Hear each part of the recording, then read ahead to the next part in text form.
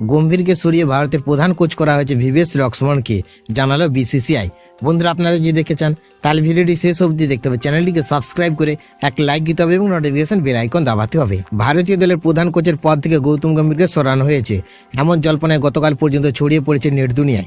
শোনা যাচ্ছিল গম্ভীরের উপর আর ভরসা রাখতে চাইছে না ভারতীয় ক্রিকেট বোর্ড এবং সেই কারণে নাকি তার বিকল্প হিসেবে ভিভিএস লক্ষ্মণের নাম ভাবা হচ্ছে। তবে রাত পোহাতে এই জল্পনায় কার্যত জল ঢেলে দিল বিসিসিআই। বোর্ডের একটি সূত্রে স্পষ্ট জানিয়েছে গম্ভীরকে সরিয়ে লক্ষ্মণকে দায়িত্ব দেওয়ার মতো কোনো আলোচনা হয়নি।